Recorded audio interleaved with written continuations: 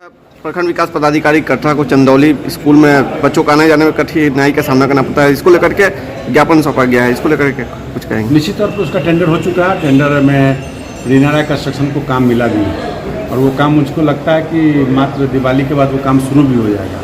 और उसमें जहाँ ब्रेक टूट गया था बाढ़ में, उसको भरने का भी काम आदेश दे दिया गया और वो मेरे ख्याल से 60-70 लाख का लागत से वो रोड चंदौली होकर के फिर निकलता पुल के पास।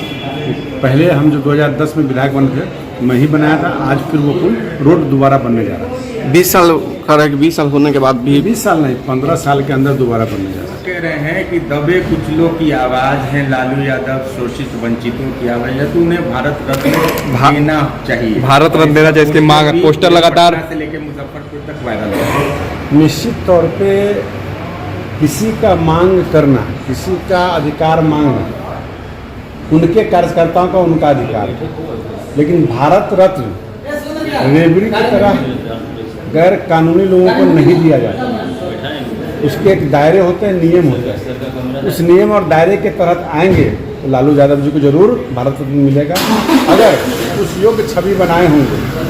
अब तो जैसे मालूम है कि सजा आता है, बहुत सारे केस हैं, तो निश्चित तौर पे पर्दा डालने के लिए अपने वर्कर को, अपने जनता को, अपने वोटर्स को लुभाने के लिए और मनाने के लिए, समझाने के लिए कि हमारा वोट बैंक मजबूत है, तो इसलिए वो लोग अपने भारत रत्न की मांग करें। लेकिन भारत रत्न जो मुझे जानकारी है, भारत रत्न हर सभी लोग को नहीं मिलता है। अगर वो भारत रत्न की बात अगर करेंगे तो आज अगर नीतीश कुमार जी बिहार के अंदर 18 साल से मुख्यमंत्री हैं, 18 साल से मुख्यमंत्री है और बिहार के ही नेता थे और देश के अंदर रेलवे मंत्री भी थे, कृषि मंत्री भी थे, दोनों सगे भाई के रोल में हमेशा अदा किए हैं। तो आज अगर पैरेलल बात किया जाए तो लालू यादव जी भी 15 साल मुख्यमंत्री रहे हैं, रेलवे मिनिस्टर भी रहे हैं। तो एक बार जरा सा आप मीडिया के साथ ही एक बार खंगाल लीजिए कि किनके ऊपर कितने आपराधिक चरित्र हैं, किनके कितने सबूत हैं, उसके आधार पर आप लोग रेवड़ी बांट दीजिए। जिनको मिलना है बिहार में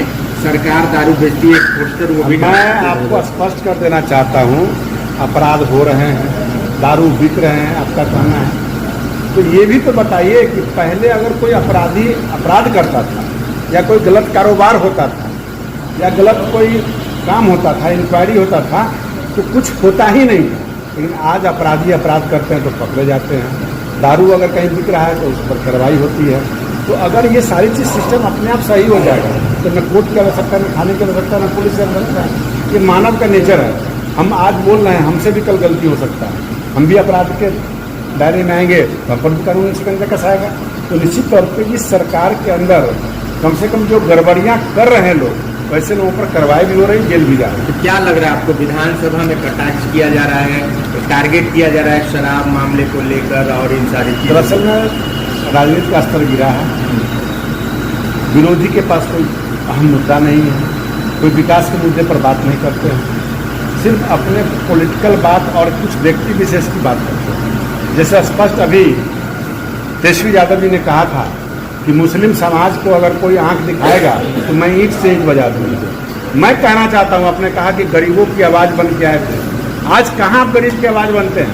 कहाँ चले गए दलित, कहाँ चले गए महादलित, कहाँ चले गए शोषित, कहाँ चले गए वंचित, कहाँ चले गए पिछड़ा के लोग?